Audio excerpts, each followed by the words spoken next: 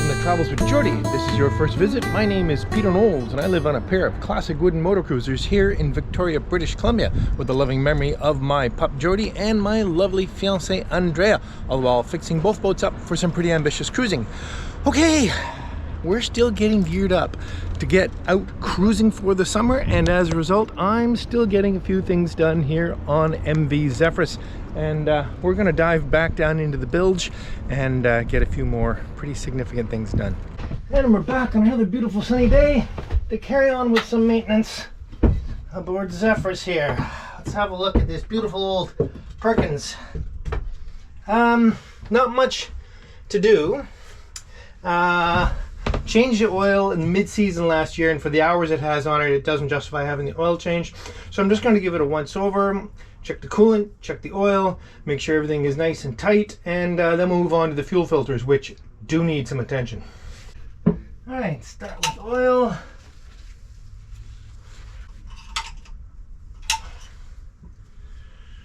It's actually ever so slightly above max.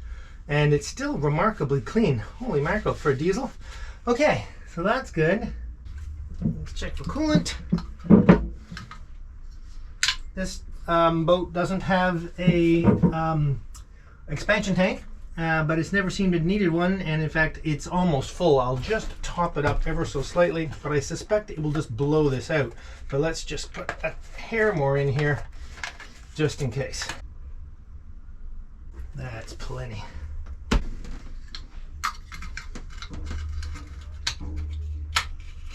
Okay, belt tension feels great, not too high. Wires here all nice and clean, fuel filter, no weeping under here.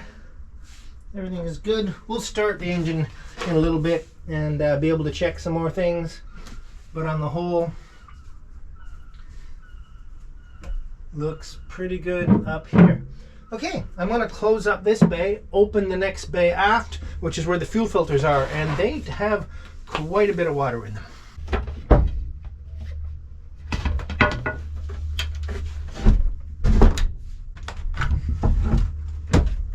Now there's a bit to go on down here in the next little while. I'm going to be replacing this water pump, which is on its last legs, and adding some filtration, but may not get to that today. Mainly we have to look at these fuel filters, both of which have a reasonable amount of water in them. Let me give you a look. You can see that there is a lot of cruddy water in both filters. This one not so much because we barely used the forward filter last year, but you can see in here we have some gunge. Okay, let's drain that out. First step is to replace the filter. So I'll pull out the T-bolt here and put it aside somewhere where it won't make a mess. And the cover. And we're going to discard the O-ring because we're going to replace it. I'm just going to put that there for a second. And we're going to pull out the old filter. If I can get the little handle. Sometimes I need a little screwdriver to be able to pick it up. Sometimes the handle is easy to get, sometimes not so. Okay, there we go. It'll come up and out. We'll let the bulk of it drain into here. Now this is just a preemptive filter change. We haven't had any trouble, but better safe than sorry. All right, let that drain in there for a little bit. All right, and on to the actual draining of the bowl. Oh, those nice watery bubbles.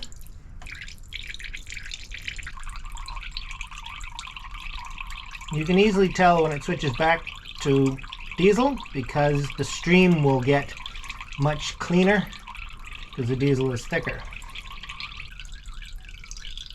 And there we go. Switching back to diesel. Let it run a little bit longer and close it up.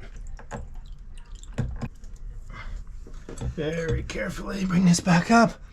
All right, there's only the tiniest little bit of diesel in on the top of that. The rest of that is water. Okay, All right, we have a small continuity error because I had to run over to Geordie to get a replacement filter. Okay, so these are the genuine Racor replacement filters, and I'm using the 2-micron version. In other words, it's a very fine filter. Mainly because why would I allow anything through and have the secondary filter on the engine have to deal with it?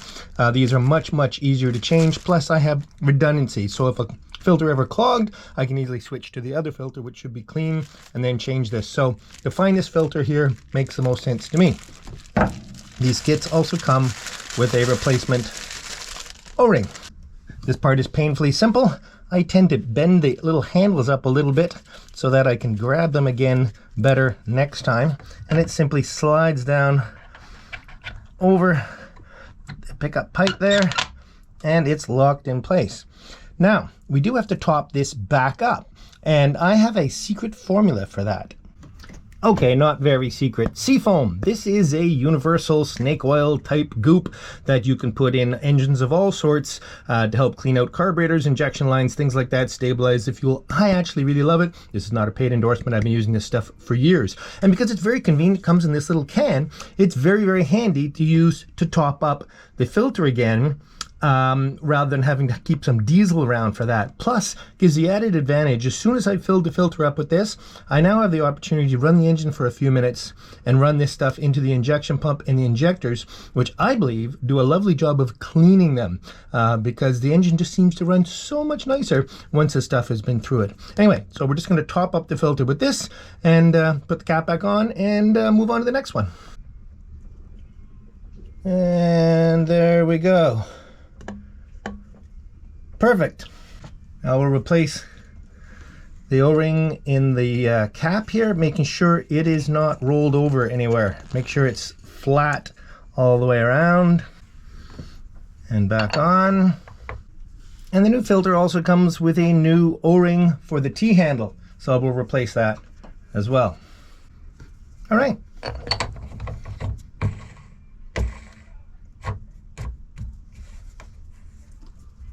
Not too tight, just tight enough to be sure you're getting a good seal, and we're done.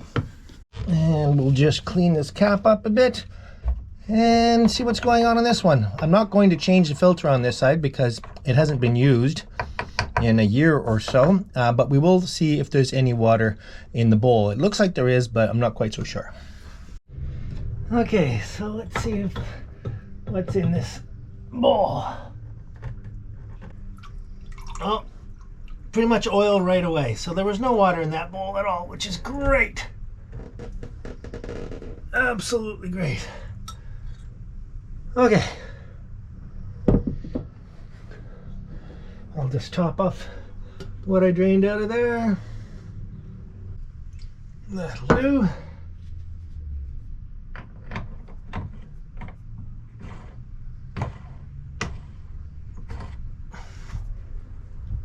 Excellent. You'll notice the fuel selector valve, and I actually made a little chart for it some years ago. We just haven't found a place to put it. Probably on the underside of this hatch cover, but anyway. Okay, we're done here.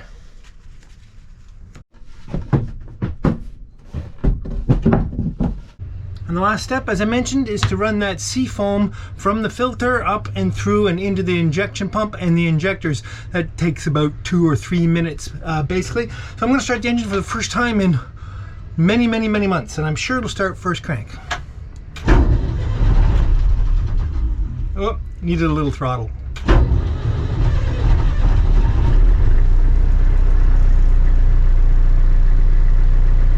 Little smoke.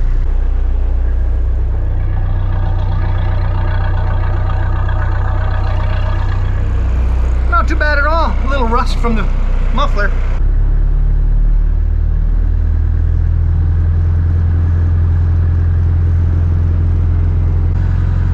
Oil pressure, transmission oil pressure, vacuum, voltage is up, temperature's not moving just yet.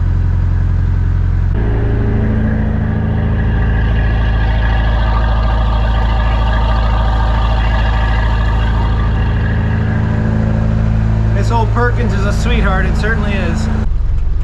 It's just worthwhile checking the gear just in case. Into forward, and we're off, into reverse.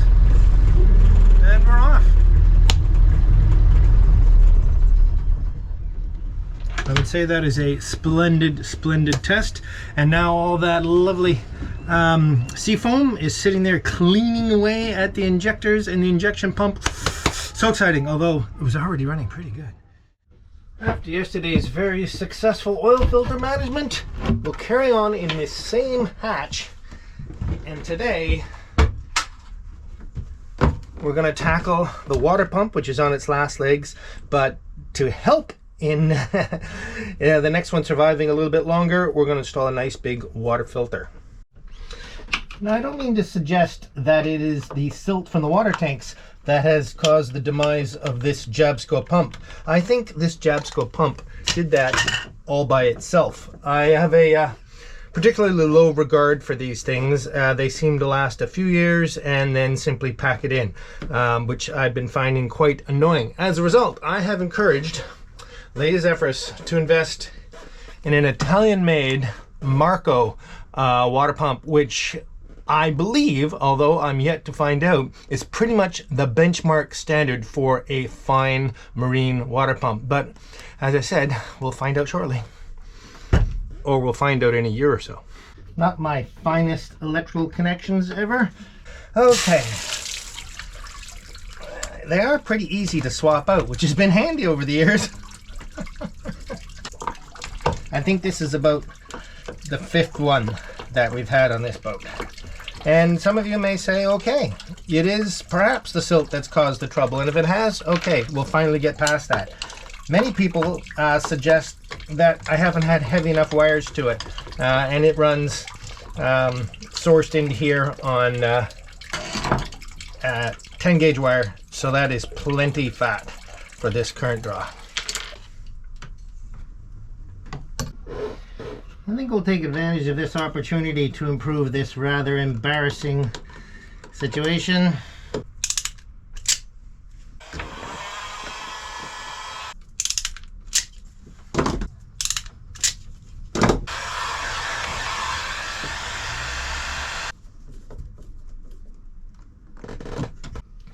Now, the Marco pump is a gear pump, and that is a different approach than, let's say, the diaphragm pump that the Jabsco was.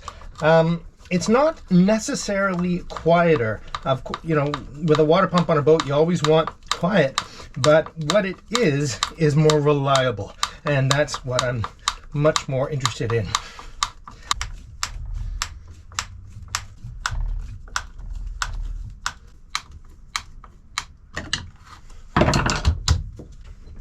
Okay, so the filter itself will go over here, and I have confirmed it won't obstruct anything. Some of you will no doubt be noticing that there is the back of an electrical box directly below the filter, which, you know, I suppose you might say is kind of mixing watts and water. And well, the nature of an engine room or anywhere on a boat does create a few spots like that, but I've decided I'm going to accommodate that with a waterproof shelf over this to make sure that any trouble moving forward doesn't give me big trouble. The filter itself, including the box it came in, has no markings on it anywhere to indicate the brand it is. It does, however, say in and out, so I find that tremendously helpful for my next step.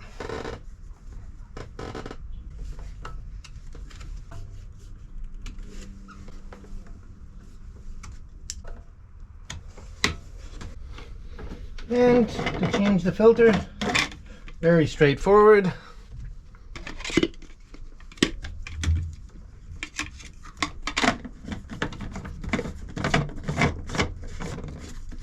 They even give you a wrench. Oh yeah?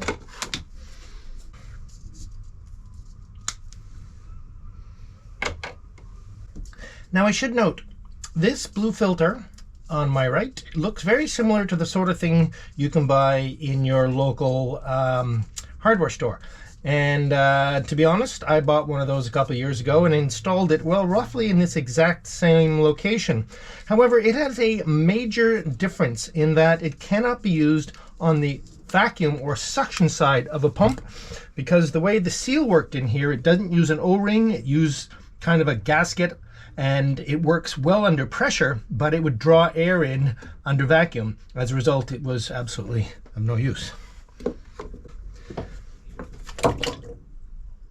I hope I can find that. Ah! Oh! Ah! Oh! I know what you're all saying. Why didn't you put the fittings on before you installed the filter in place? Well, I don't know why I didn't. I just didn't. Of course, installing pipe fittings does require you to back off first so that you can be sure you're engaging the threads properly. And that's what got me into trouble. There we go.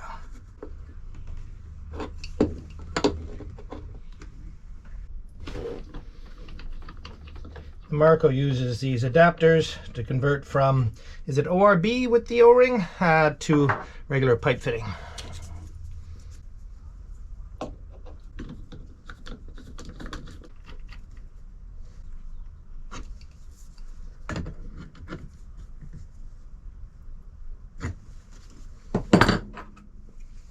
For here, I was fortunate to be able to get some 90-degree nylon fittings.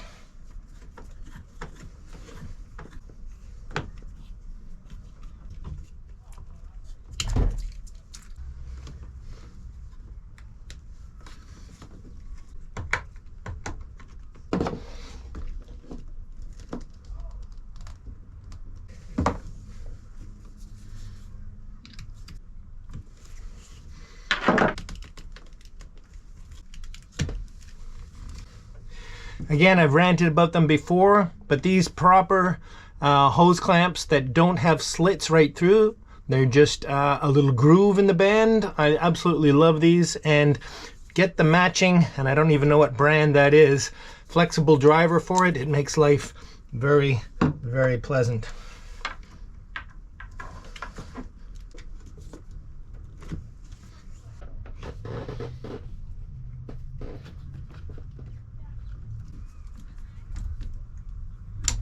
Okay, now technically this is a self-priming pump, and they even give you a little priming valve to open that you're supposed to use the very first time you prime it. But I feel an obligation to give a little help because there's a lot of air between here and the tank, and let's see if we can reduce some of that.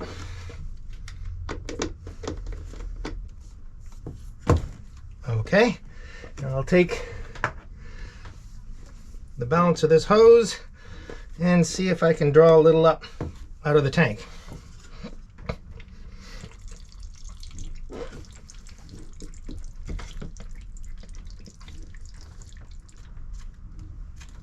Okay, that's definitely going to help. And how about we feed a little down into the pump itself?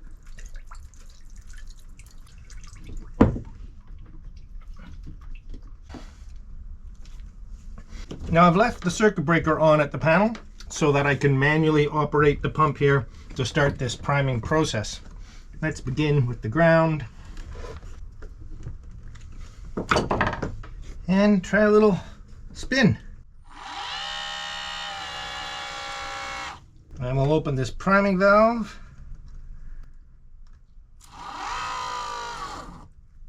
Okay, didn't seem to need much of that. Wow. Okay, I kind of like this variable speed pump business. Now the pump does have an optional remote control box you can connect to it, which gives you more functionality, which I have not researched. However, it does have LEDs on the actual pressure sensor, and that flashing green indicates that it is up to pressure and ready to go. One nice thing about the pump is that if you run out of water, it won't continuously pump. It detects that, flashes a warning light on that panel, which frankly it's true I can't see, but at least if it doesn't work, I know why, and it means it's because we've run out of water. Let's see what it's like at the top.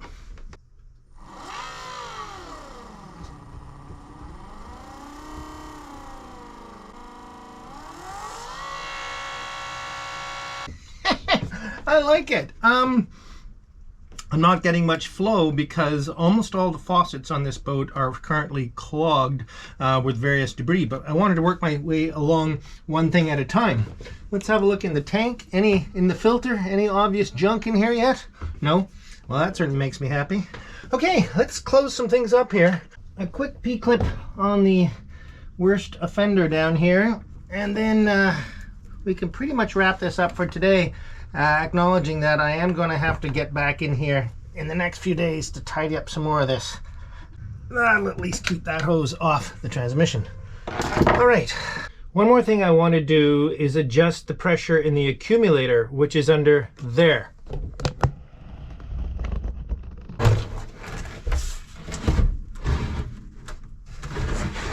Now, I mounted this big accumulator here some years ago, and I set the pressure for, I don't know, about 30 pounds. But I really don't know where it is right now, so I thought I'd check on it.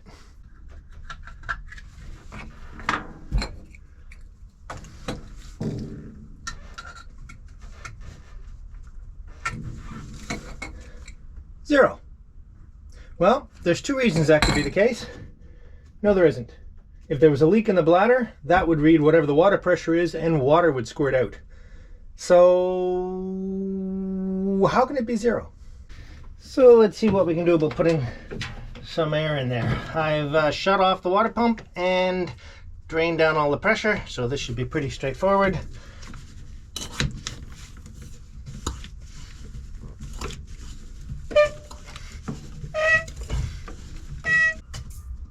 And there we go. 30, well, this thing doesn't hold its pressure, but anyway, that's just about 30 psi, and we'll see what sort of effect that has on the operation.